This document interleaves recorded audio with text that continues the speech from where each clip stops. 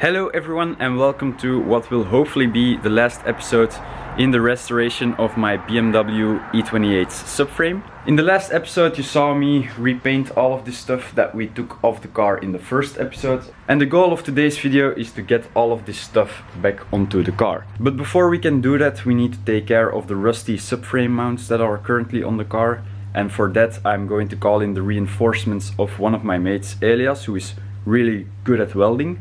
He also did the rocker panels on my car. So yeah, we are going to take care of those subframe mounts together, and once those are welded up, we can install everything back onto the car.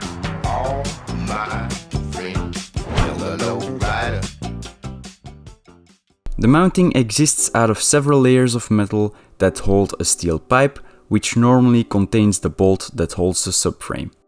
On the bottom there are two layers of metal. Here on the driver's side I had to cut away part of the first layer so that I could see the state of the second layer. Luckily the second layer only got hit by minor surface rust, so I won't need to cut it away. However, it is necessary that I cut out more of the first layer so that I can see where the spot of rust ends.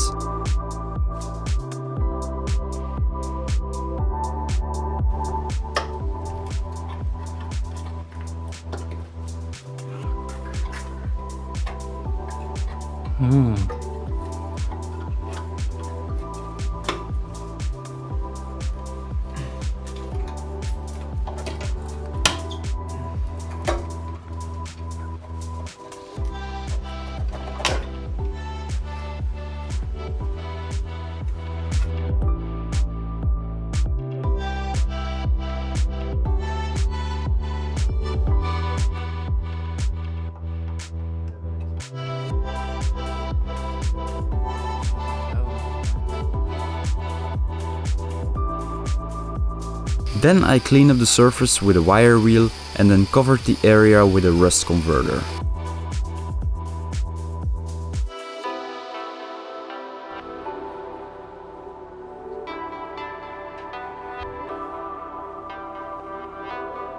Once it dried, I sprayed it with some zinc spray so that it is protected even more.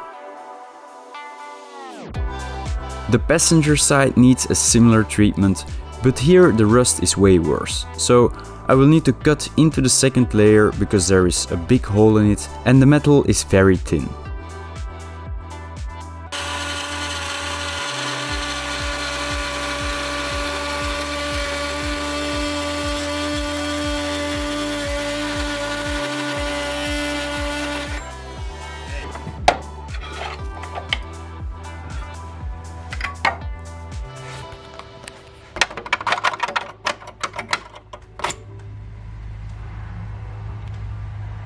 I removed all the rust in the second layer and then cleaned it up with a Dremel.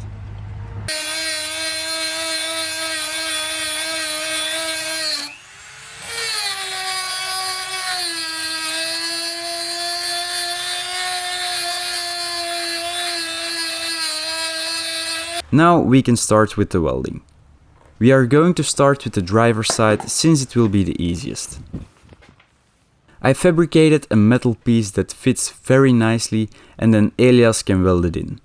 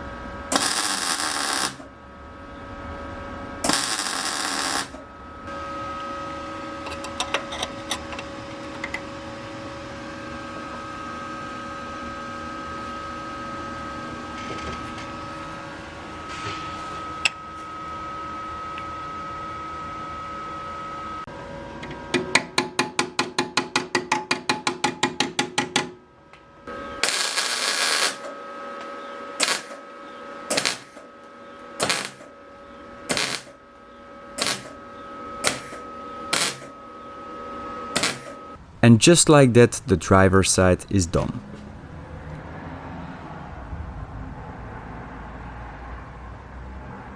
The passenger side is a bit more complicated because of the multiple layers that need to be welded.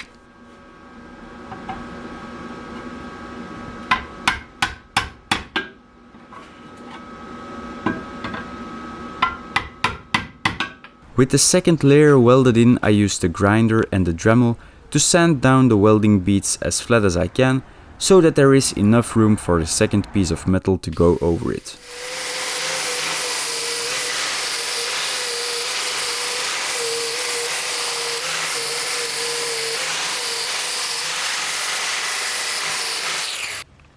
There is a convenient tiny hole that BMW left in the second layer. So I'm going to use that to spray in some rust preventative wax to prevent that the welds would rust on the inside. And then on the outside we are going to coat everything with some zinc spray.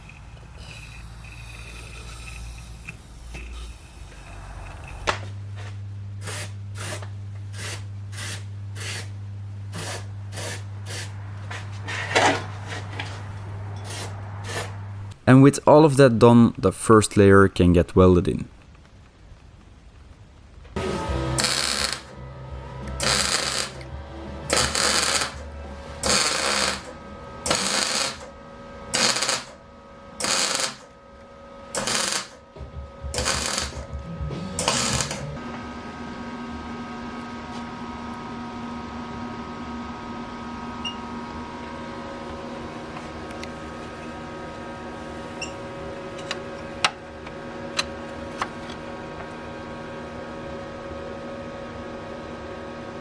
With all the metal replaced, I sanded the welds down on both sides and then coated them a last time with the zinc spray.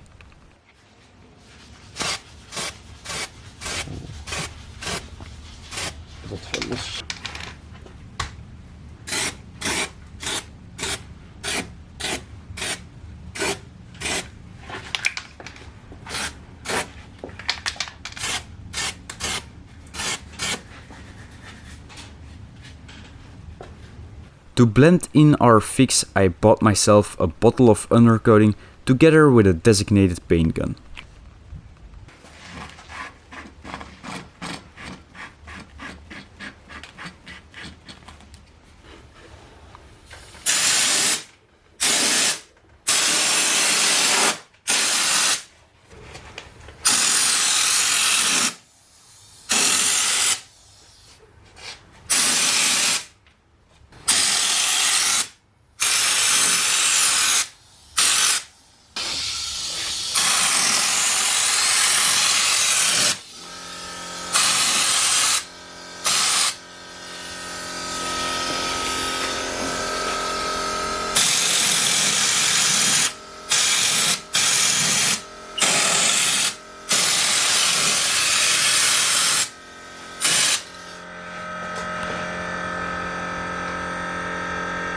So while I wait for the last coats of undercoating to dry, I think I'm going to start with assembling everything again. But before we do that, I'm quickly going to show you some other stuff that I haven't shown you yet. I was contemplating on replacing both the fuel lines and the brake lines, but they weren't in all too bad of a condition. So I decided to just take them off together with Thibaut, and then he and Jasper sanded them up lightly. And then coated them with this stuff. And I think there won't be any problems with them soon. As you can see here, they look pretty good. And then I also need to show you guys everything that I have bought new for the car, because obviously I can't restore everything. So in here we have some new steering rods. These are some like bushing arm things for the rear roll bar.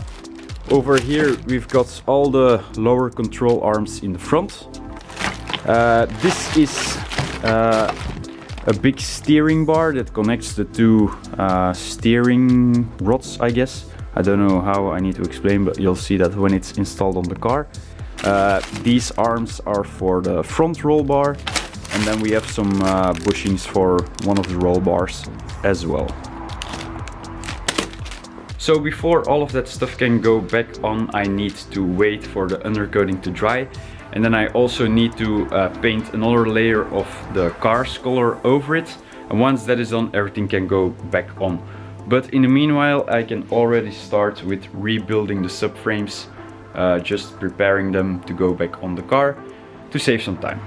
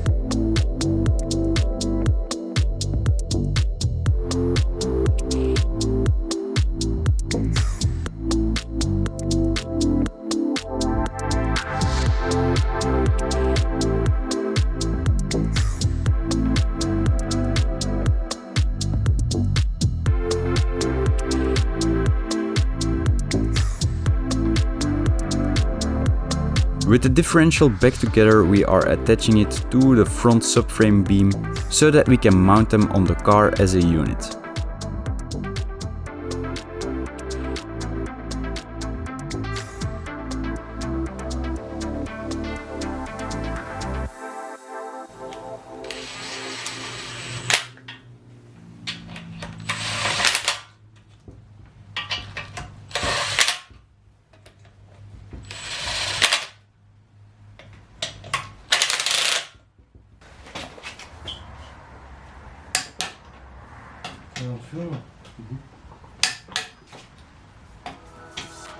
Then it is time to fit the bushings, and for this project I am lucky to have the support of the lovely people over at POWERFLEX. They have sent me a package with their polyurethane bushings designed for the E28. I mostly went with their Heritage series bushings since they should not be too firm for normal street driving and they have a stealthy grey color. Not only did I go for the polyurethane bushings for the better handling capabilities and their durability, but I also chose them for the ease of installment.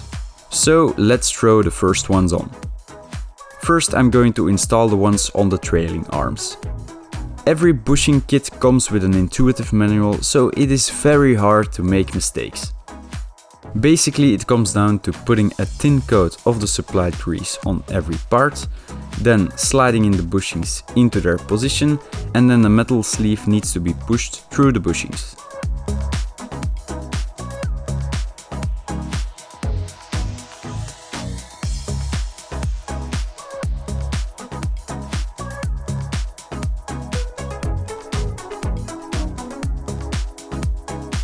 Et voila, very easy.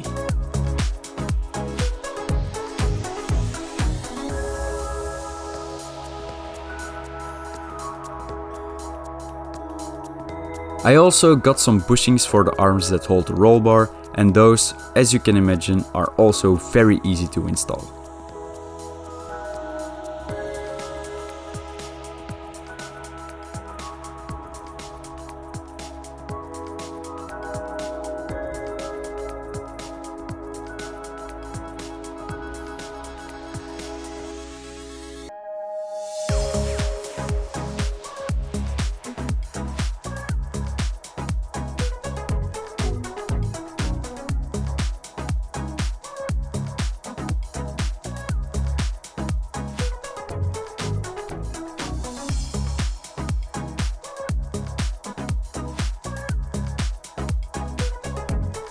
The bushings for the rear beam were not available in the grey variant, so I had to get them in the Road Series version, which is bright yellow. Once they were installed, I painted their edges black so that they are a little more stealthy. The Belgian people watching this video might understand why I did that. Pretty much all the subframe parts are ready to go back on, but before I can do that, I'm going to spray the undercoating in the car's body color so that everything blends in a little bit better.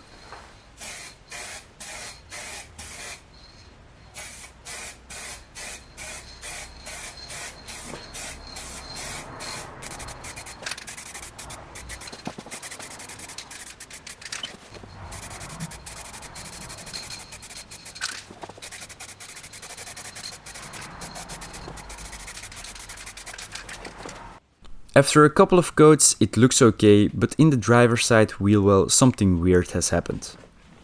I think I sprayed on the undercoating too thick, which made it not dry as fast as normal, and therefore it might have reacted with the paint on top of it. Anyway, for now I'm going to leave it like that, but I'm going to fix that at some point because that will annoy me. The other side is better, but not perfect either. The rebuild starts by refitting the fuel and the brake lines.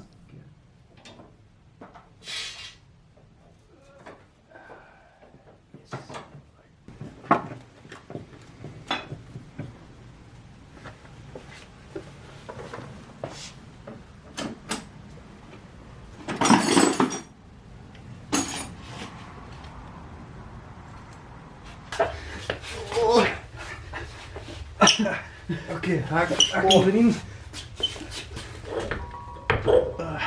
Ja, ik heb niet genoeg oil. Ja, nu. Ja. Oh my. Oké.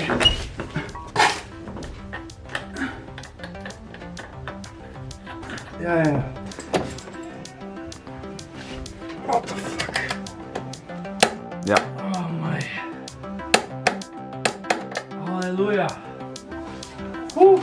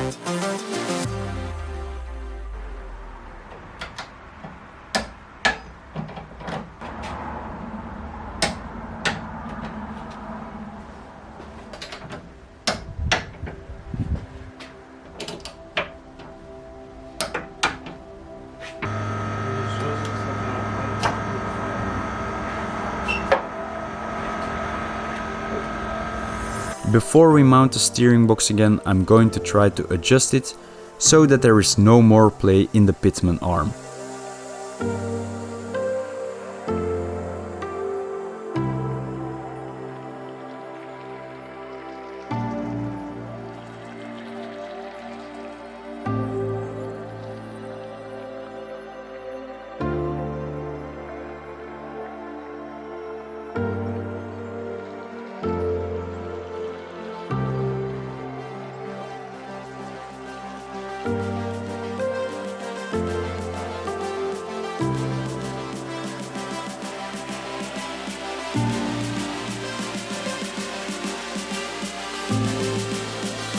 With the box back in position, Thibaut and I can install the entire front assembly again.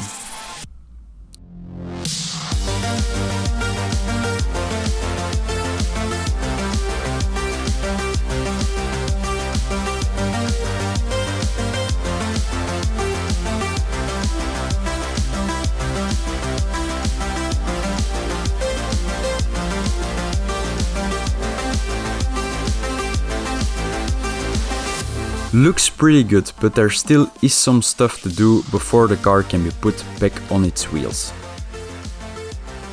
We mounted the rear axles and then we filled up the differential with oil again. Then the brakes get installed so that we can put the wheels back on and lower the car. With the car fully on the ground again, we can install the last parts on the subframe and then torque the front lower control arms to spec before calling it a night.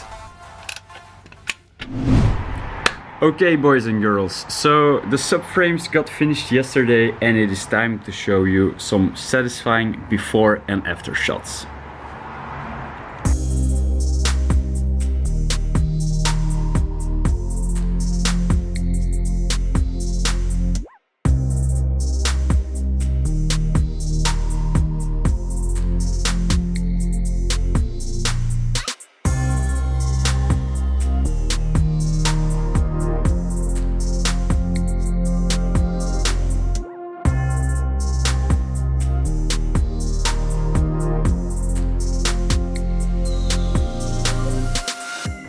So the car looks great and I can't be happier with the result, but yesterday something happened that spoiled the mood a little bit.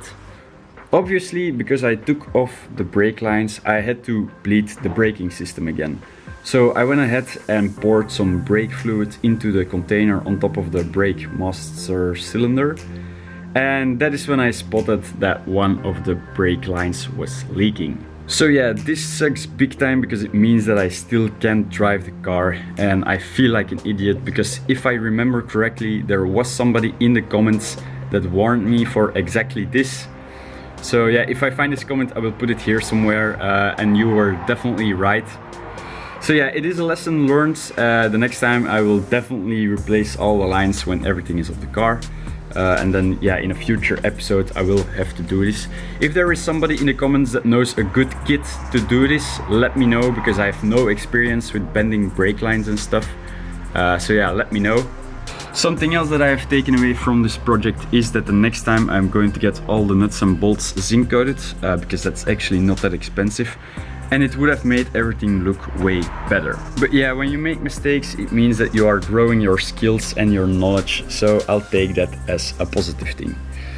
So if you like this kind of content, please consider subscribing, it helps me out a lot, and keep an eye on the channel, because in the next episode I'm going to reveal the new car that is coming for the videos, and trust me, it's going to be a good one. So thank you for watching, and until next time.